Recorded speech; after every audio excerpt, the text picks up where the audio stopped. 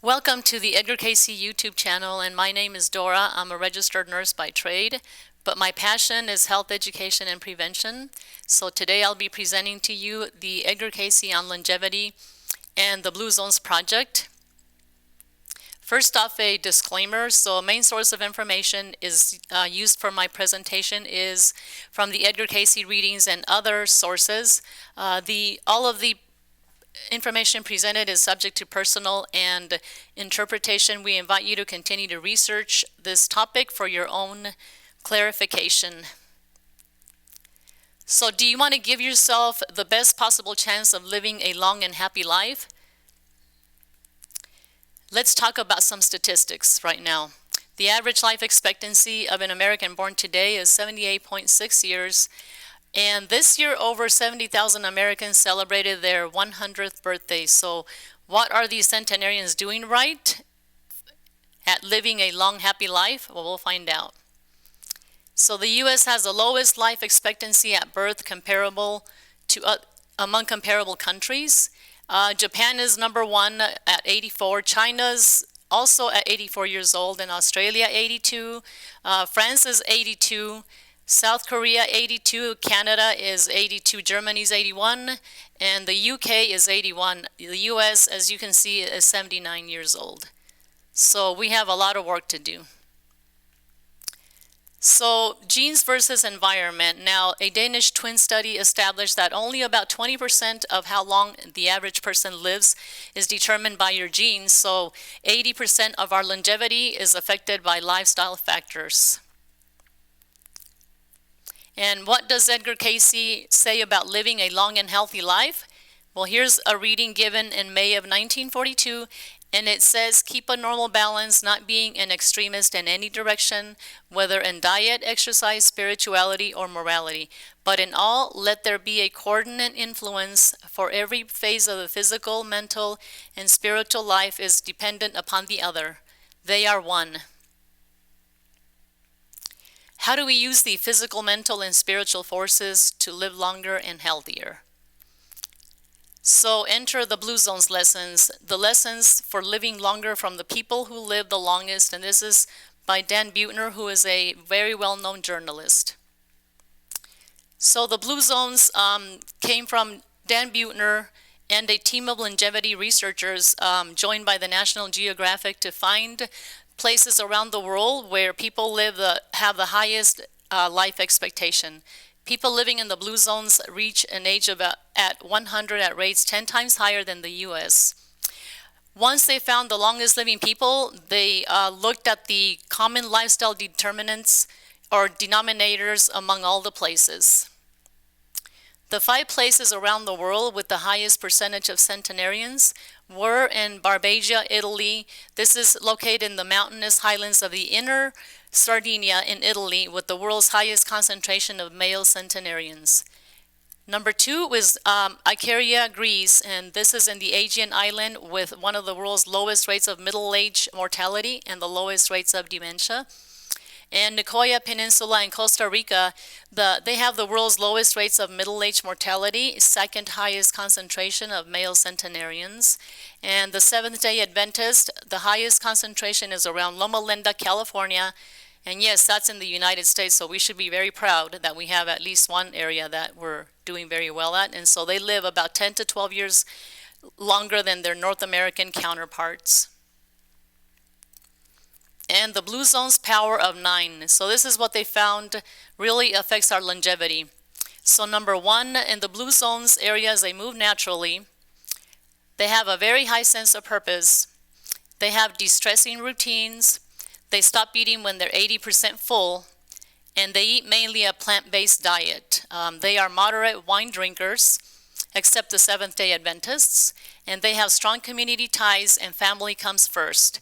They have nurturing friendships.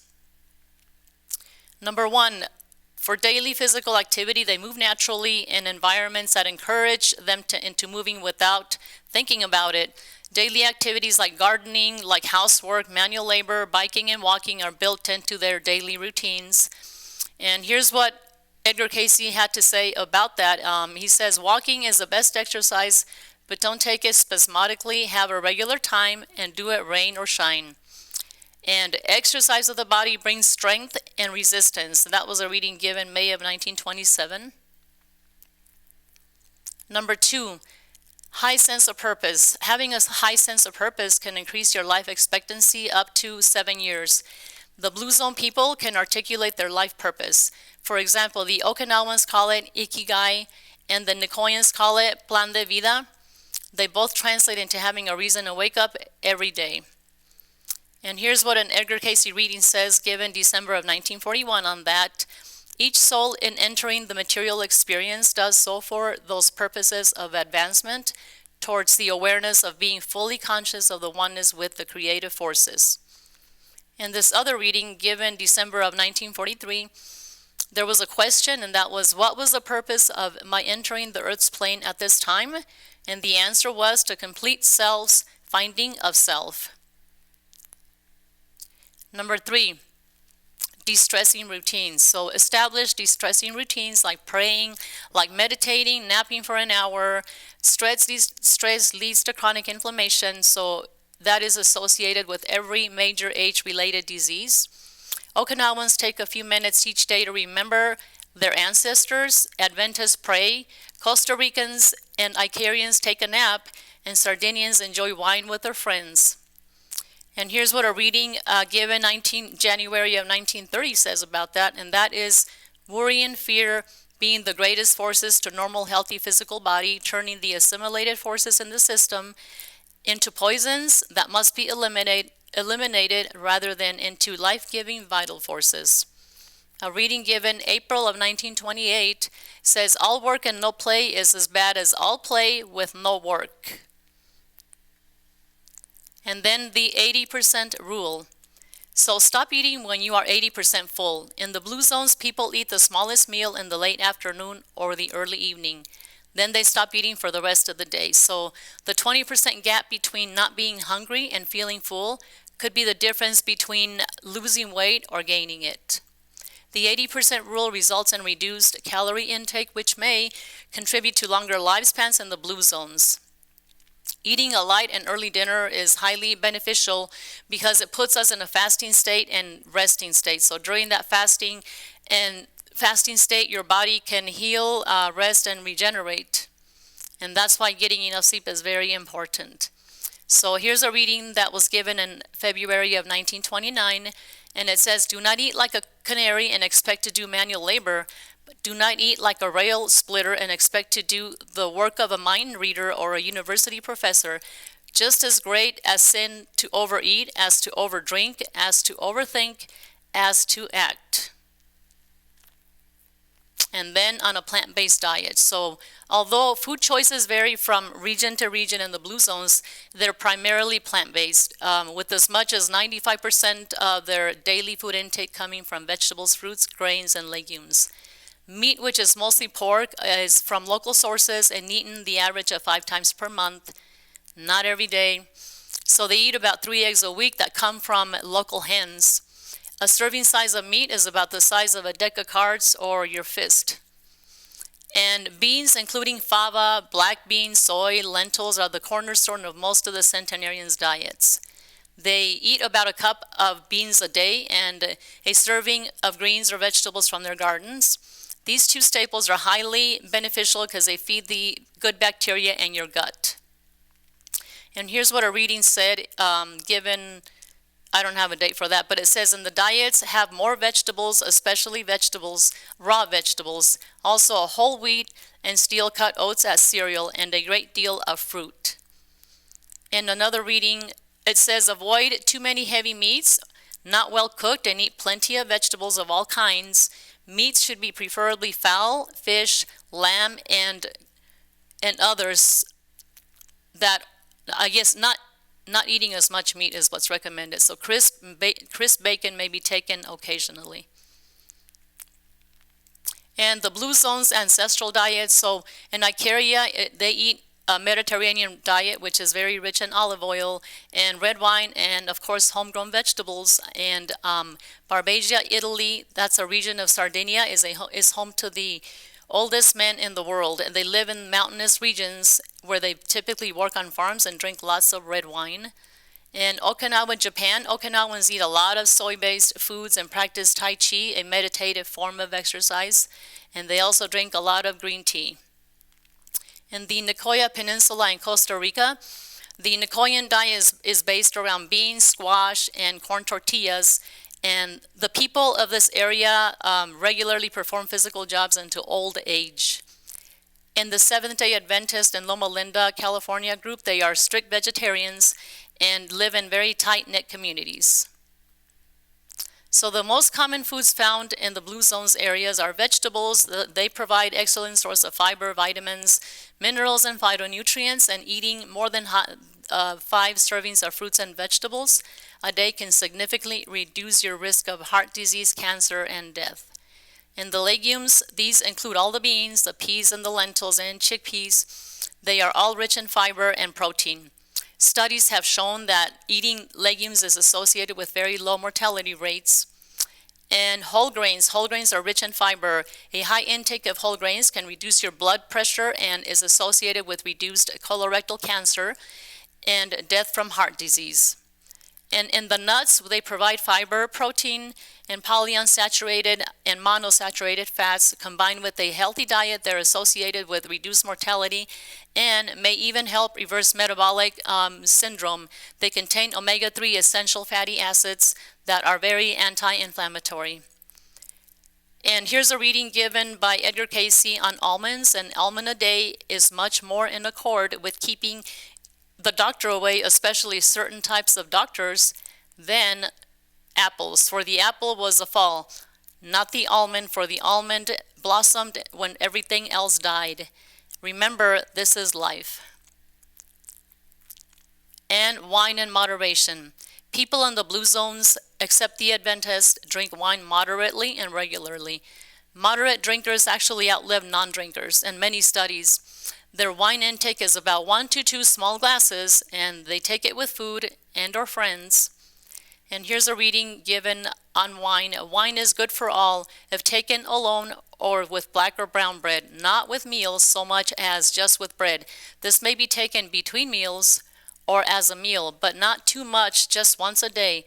Red wine only. So there you go. Go out and buy some red wine and drink in moderation. And then belonging. So belong all but 5 of 263 centenarians that were interviewed by the Blue Zones researchers belong to a faith-based community of any denomination. Attending services 4 times per month added about 4 to 14 years of life expectancy. And here's a reading given April of 1942. Take time to be holy, for holiness is oneness of the mental, spiritual, and the material body. And then a reading given April of 1938 says, one's religion, one's love of the fellow man, one's love of the Creator is a living thing, not just form only. And family first. So family comes first. Aging parents and grandparents live in or nearby their home.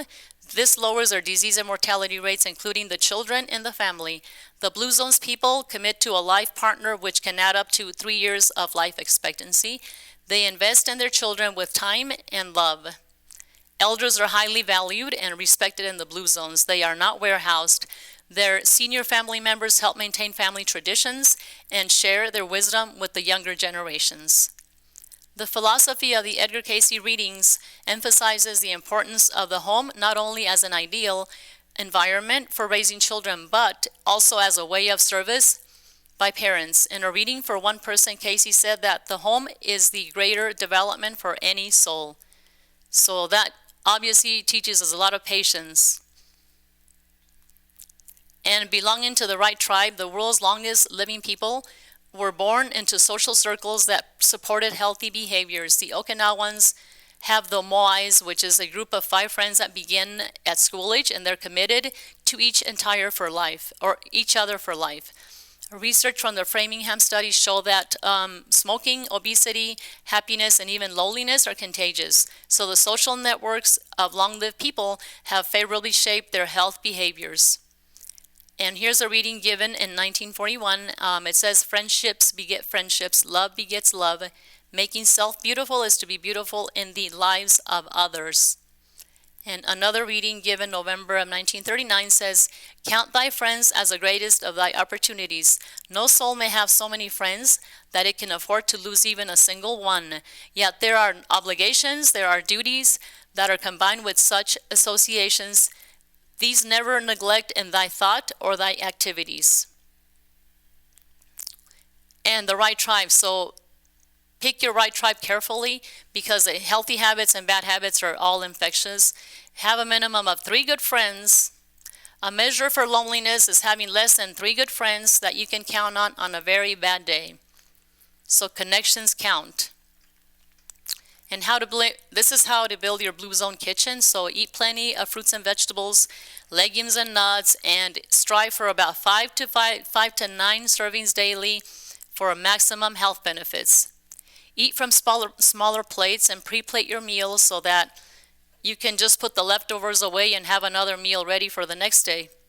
Have a fruit bowl on your counter or dinner table and keep it full with your favorite fruits, because that'll encourage you to just pick one when you're feeling a sugar craving coming on. Keep your junk food snacks in a drawer or cabinet away so they're not highly visible. And the staples for your blue zone kitchen should be dried beans, so you can prepare wholesome, nutritious, and fiber-rich meals.